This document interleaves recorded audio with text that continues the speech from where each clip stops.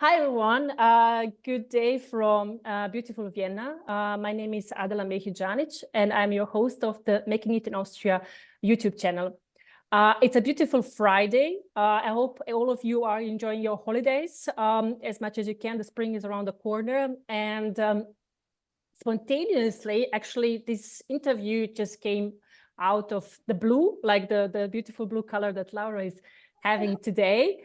We actually should have met at the NIVA conference, Sprechen Sie Success. So do you talk success?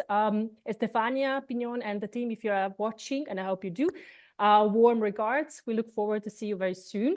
And Laura and the team behind the ADA app growth was there as well.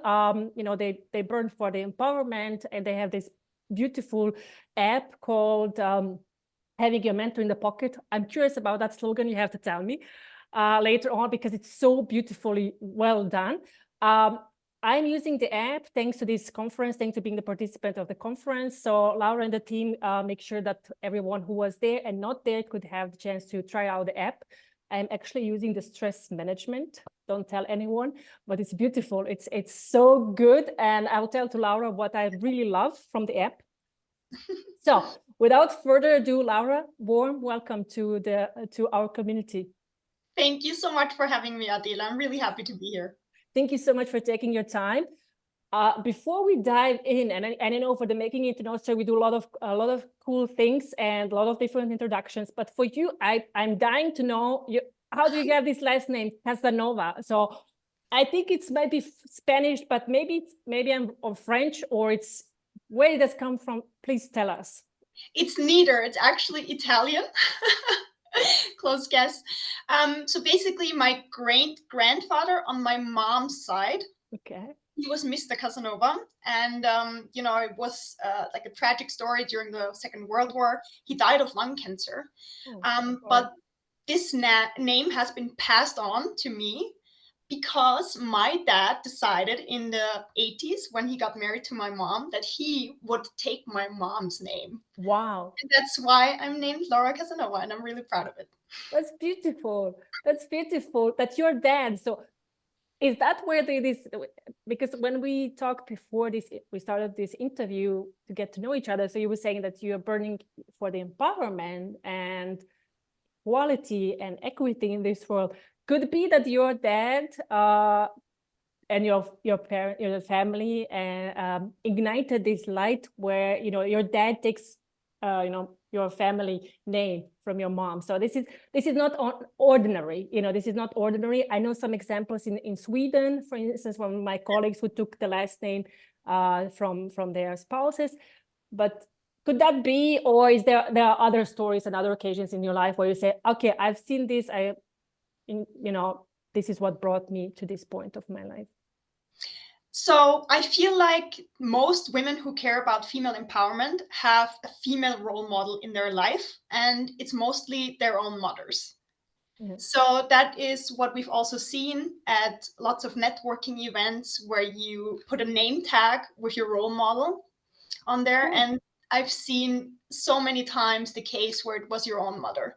Yeah. So I definitely feel like my own mother has inspired me to do what I'm doing with a lot of passion, because she truly cares about empowering her students. She's actually a principal at school. Oh, nice. And she deeply cares about the individual and trying to empower individuals to really be successful in their lives. And I'm pretty sure that this, has guided me to where I am today at Ada Grove. Cool. And we'll take a minute to remember all the moms and all what they did for us and all our dads. I grew up without a mom, but I have a very strong dad, so a very strong man presence in my life, and also female. So because I remember first couple of years with my mom, so I get to cherish both worlds. And growing up with my father and my three brothers, did impacted my life a lot. Because they never told me you cannot, because they never ever told me you cannot do that because you're a woman, because you're a girl, or because you're a woman. au contraire. So there is always is an equal as it should be. So so these words, because of what all happened in my life, I never heard these words in my life except for skiing. My father had this thing, skiing and horse riding. There's like skiing, that's not for girls, but I did it. And horse riding, he somehow had these two things. I'll catch up with him soon. I'll see him. He's in Bosnia, so I'll ask him what was particular about these two things that he saw that it's not something for me. Laura, I'm so crazy about the work that you're doing at Ada. Thank you so much. As am I. And I know the cool thing is today I had the phone next to me, so I have it of course on my phone, and there was a popped up the message. I love this simple notification like you haven't been here for a while, and I love it because it's not about of course the knowledge of course that you get from there. It's clear, it's concise, it's short, it's easy to it's for this day and the time that we live, 2 minutes, 2.5 minutes done, and then the short, recap, try it out, and so on. But I love this as well, it's guided. So it's because, we are, at the end of the day, humans, so we get in love with one thing, then we forget about it in the next week. But these short notifications that you're doing, it's really powerful because it brought me like, oh, yeah, it was actually 3 days that I haven't checked the app. So I should go back and check it out. So how do you do it? So how do you know so well the human nature and psychology? So I have to, excuse me, I have to credit all of this to our founder team, Cosima Kova and Matt Seabart. They both care very deeply about incorporating scientific knowledge into our app. And the product that it is because they both achieve to sort of translate what the consumer, the female consumer wants into this lovely product that you cherish so much. Mm-hmm. So basically, the incentive with the push notifications is because we know that habits need a while to form. So I've read the other day in an article that it takes 21 days to adopt a routine. So what we want to achieve is basically that your Ada app is your mentor in your pocket, and that whenever you have the 2 minutes, it only takes 2 minutes, that your first impulse is to take the Ada app from your pocket and use it on the metro or when you're even at the gym, and that it becomes a routine. It becomes your habit of basically watching the videos and empowering yourself through it. Yeah, absolutely right. So I know most of my guests on this podcast, and it's been over 80 of them, have quoted the book called The Atomic Habits, right? Yes. So I think that's the right name. There are a couple of around the habits, and I read that one myself too. And as you said, so I always have, I've forgotten most of it, but one of the things is like, there's this example, if you want to eat more fruits, let's say we want to eat more fruits. And there's this example of, well, if you want to eat more apples or fruit and bananas, then you don't put apples and bananas back in the fridge somewhere that you don't see it. It's close. It's far away because as you said, you're building the habit, and then it has to be like putting on the shoes. Like you don't think about where's the right, where's the left, right? Most of the times.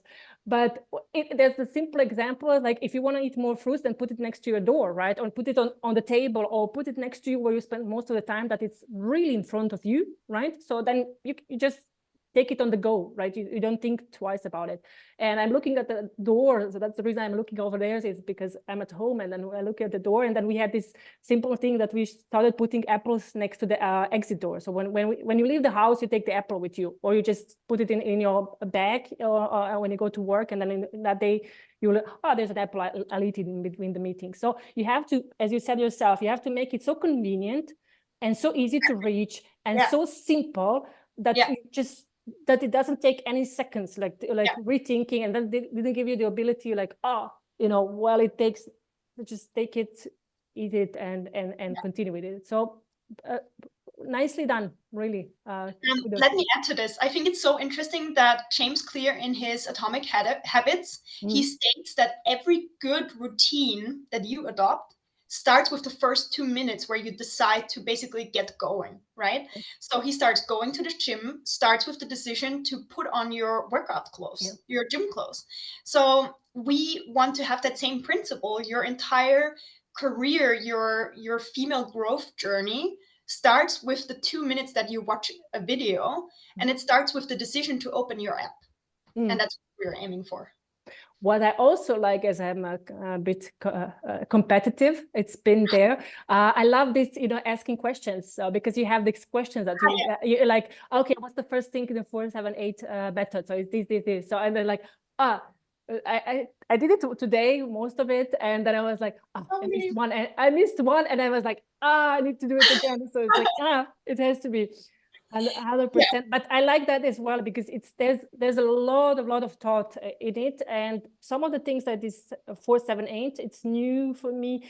It's this imaginary as well, like how I'm talking about the stress management, so for the ones who are thinking. So as well, really nice, and under this stress relief and so on. So, and it makes my heart, it gives me so much joy, because I've put so much work into this content, and it really, it's what drives me every day to, get exactly the kind of feedback I'm getting from you right now, that the Ada app is making my life better. And this, I mean, thank you so much for sharing that with me. Thank you for, making it through, right? So if you and I hope you guys get more and more traction and more and more successful over the years. For the ones who are thinking this is not a paid interview, I mean, our app is pretty amazing, I have to say. So it's just an amazing app. So we have a lot of fans. Try it out. Get in touch if you're curious about more. Always get in touch with Laura. I'll put up her, LinkedIn profile to her, to this interview. So get in touch with her. Laura, I'm curious about one more thing, is the avatars. So how did you came to this idea to have the avatars, or anything that you can share about it? Some things probably are behind the closed doors. So basically, since we want to have the most possible impact out there in the world, we think a lot about scalability, right? So the production so far with the experts has been amazing, but we also want to provide this exact content in multiple languages. The sky is not the limit. We want to basically provide a mentor in every woman's pocket. So we think on a global stage, basically. So this becomes really problematic when you have to find the experts in all of this field. Let's say Bosnia, like we want to have the Ada app in Bosnia. So we would need an expert who is trained on body language, and also then basically go there and film this whole process. So we decided that we want to basically have the most impact by creating these avatars and gathering all this expert knowledge and basically translating it into a system that is also scalable. Is this now I have it in English, right? Yes. So is there someone that has it in other languages, like German, Italian? Okay. Italian. Not for you. Not yet. We're working on it. So basically, the Ada app is in its original language. The creation of the Ada app was done in German, because this is our main market right now. So we're also selling to Germany, but basically German was the first step. And now we're thinking big, and English is, of course, the obvious choice, since we also have our co-founder who's from the US. So that works together really nicely. But basically, we also have potential customers from Sweden. Sweden has a lot of, like progressive work cultures to work with. So, it just becomes easier, this whole process. For now, we focus on German and English, though. Awesome. I am a big fan of Sweden as well. Used to work for many, many years for a Swedish company here from Austria, and I enjoyed it very much. And Yeah, they're very progressive, and because my first job was for here when I came to Austria. Now it's about 10 years, 10 years plus living in and working in Austria, and that was my first job, and I kind of got all these ideas from Sweden, so I kind of attuned to seeing my colleagues going for 6 months on a paternity leave, just like that. It's like there's no big bang. Yeah, there is a cake, but there is a cake because the Swedish people love cakes, especially this princess green cake. So if you want to do it right, Laura, when you're in Sweden, so do it with the cake and chocolate. Mozart is also good.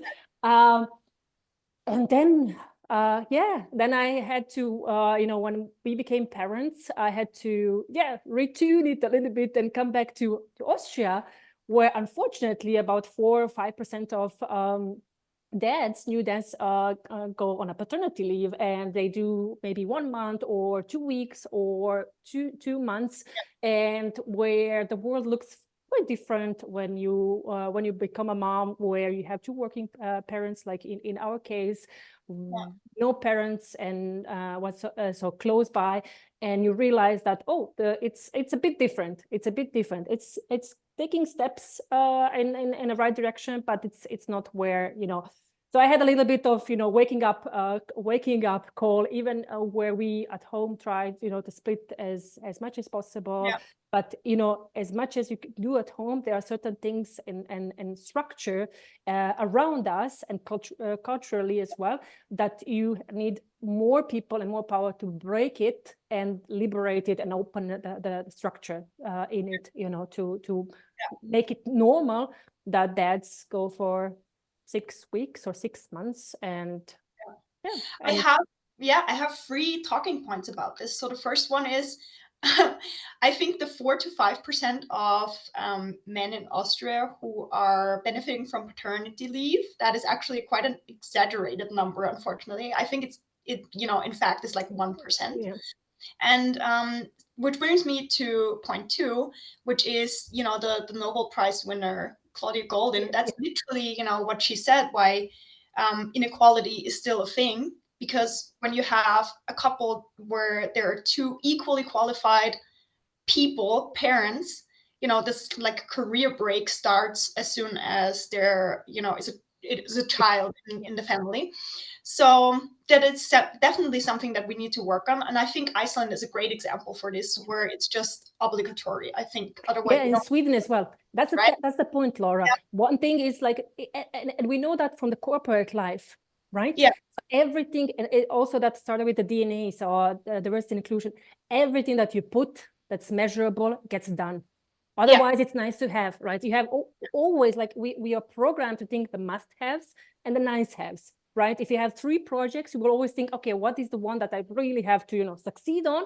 Yeah. I'll put my efforts all the time and resources in that, and the other one, gets what it gets, right? So the best of me, the best effort. So that's how it goes, and that's nothing different in the politics, in society, in the culture around us. So it's then always nice to have, we'll get to it when we get to it, right? It's not a burning topic. So it has to be written, it has to be, in the legislation. And I'm really also happy to see few of my, not many, but few of my contacts on LinkedIn that are more engaging into politics. So I've seen different programs that, I love politics, I think it's called. I saw it on one of the other profiles, so that more women and from all the backgrounds are joining more to politics, because that's also one of the ways, how you do it. Yeah. So, and we should not be, there's like this war, like, oh, it's dirty, it's this and that. Yes, it is, but we have to make our hands dirty if we want to make progress. Yeah. I think it's really important that you find your own, basically, like, circle of action, right? So that you define where you yourself, with all your unique skills that you bring to the table, you can define where you have the most impact. And my mom was actually in politics.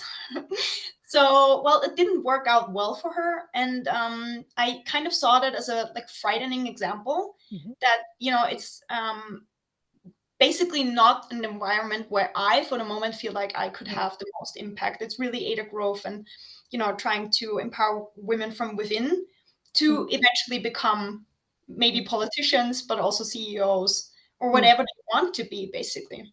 True. Yeah. Thanks for that. Laura, we talk about making it in Austria. We talk about a lot about networking, so building meaningful relationships. It's quite important for most of us, as we are not from Austria.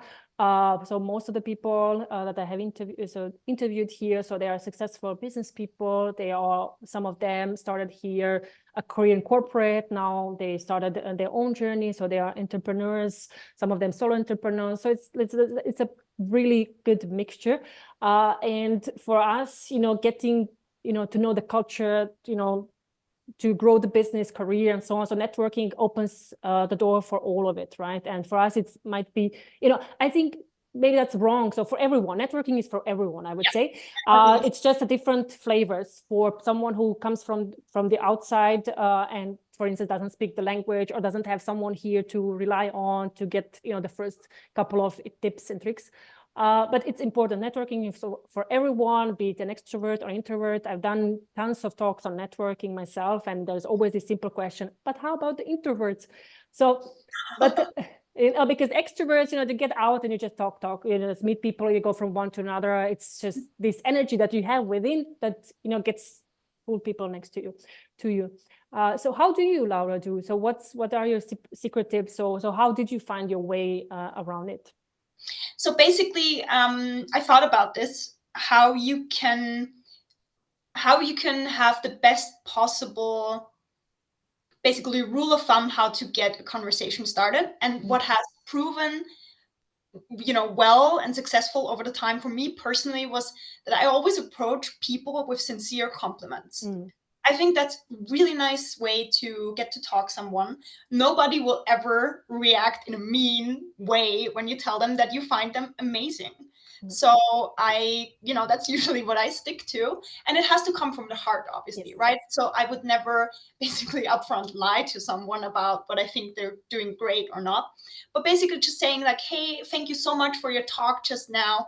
I found that to be really inspiring, and then also tie it back to what they said. So try to remember maybe like one statement that really like resonated with you, and then just approach this person. And I know it takes a lot of courage, but like the principle that I live by is you only regret the things you don't do at the end of the day. So that's what I try to stick with. It doesn't work all the time. Certainly, there are situations in my life where I don't approach a person and then I'm afterwards like that's the truth. A little bit upset, but I'm trying to handle it. The truth is you will regret what you haven't done. That's true. That's true. You will think, even though if you go and you say like, oh my God, that's not exactly what I wanted to say, and it all went south, and oh my God, you will say, well, I've done it, right? But if you don't do it at all, if you go home, this motion will chase you like, but I could just, the other day, so when you're speaking about inspiring things, the other day I saw such a cool story, and I wanted to share it as well because it's going along what you have said on LinkedIn. She's an intern, and there was a big speech given by a CEO of this huge company that has like hundreds of thousands of employees worldwide. It's enormous. And when the CEO, she was giving a talk, then Melly raised her hand and said like, can I shadow you and see your skills in the practice? Imagine that. So you're in a full room. So you're talking to the CEO, the top CEO in the world, like Fortune 500 companies. And she's giving a talk to the employees. It's a full room. You can imagine thousands of people face to face and online as well. So and then Melly, like shy with her, shaking voice, said, but can I see you in the practice, how you do it? So how all these skills, amazing things, and you do, obviously, how do you do it in practice? And she gets yes. And then she gets a week of tour with the CEO and doing all that together. Wow. And then she gets to see the face-to-face. And it's amazing. And I saw that and I thought about it. And the next morning, I don't know Melly, and I wrote her a message on LinkedIn. I said, like, what you've done is it's like it brought me out of my shoes and taught me, okay, I'm not thinking big enough. So I know the CEO she has met. I met her a couple of times because she was also the CEO in companies that I was there. And I was always like, but she's busy. I should not do that. I should not do that because like, who am I, right? She doesn't know me well, and Nelly did it. So yeah, I think what really is our main principle at Ada Grove, and what really resonates to what you're saying right now, is trying to basically boost your visibility, right? So what we care about is empowering you to make yourself visible in, no matter what context we're talking about. So, in that scenario, it's amazing because now she has a really, like a bond with the CEO, which is incredible. And she has the experience, right? And she got to do the 1 week with the CEO of Worgis, and she can change that whole life. And anytime when you are in a doubt later on, you will say, but I did that. And that's what builds you, right? This self-confidence. You cannot build it from reading the books, right? So you have to build it on the spot with the people that have done it already, right? You just go and try it. And you really have to push yourself. And that is also why we have the CTAs in our videos, because it's all, like nice and well if you watch the video and then you feel great about yourself. But then the next step is the call to action. Like, and now put that into practice, what you've just learned. And I know it's so scary. And we are all afraid of, making mistakes or seeming incompetent or saying the wrong things. But, at the end of the day, you only regret the things you don't do. Laura, this was so beautiful. And what I know, what you told me before, is that this is your first podcast among the many that are following, or one of the first. I certainly hope so, because I also care about visibility. We had the privilege of being interviewed with Ada Grove at the Web Summit in Lisbon. Awesome. So that was that was a really good experience. So the Advantage Austria has this amazing format where they interview, the different like basically sectors and events that are happening and that are relevant to Austria and Austrian's economy. So Andrea Huttecker actually approached me and asked if I want to do this interview with her. And it turned into like a 45-minute interview about why female visibility in the tech scene is important. So yeah, awesome. I had some experience. Well, cool. So what I wanted to say, coming back to you doing wonderful. So I'm learning from you a lot today, and I'm sure the community will do it as well. So I hope this is one of the first, and it's one of the things that you said, let's do it, and no regrets. So I really appreciate that you have jumped into the invitation. I know you're super busy, but when we do things for what we truly believe for, so we always find the time, or at least has been my experience. Well, what I want to add is, of course, this is, nothing you do for the first time is perfect, right? But the thing is, the mentality of just getting started and then trying to improve over time, that only happens when you actually, have the courage to just do it, to quote, Nike. But that's what it's all about, right? Yeah, we have that in the office as well. So just do it. So it's well known and well cherished. Laura, thank you so much for your time today. I really enjoyed it. Time passed by so quickly. And just for the wrap up, so anything that we have missed, so that you would like to share again with the community and people that will listen to this, and maybe just what you do for fun, maybe at the end of the day, or the books that you read. So anything else that you would like to share with us? So yeah, I do in fact read a lot of books, also for my job, since I create the content now for the app, that's, turning sort of my hobby into my job. So everybody's dream. But also other than that, I'm a very sporty person. I used to play handball when I was still in school.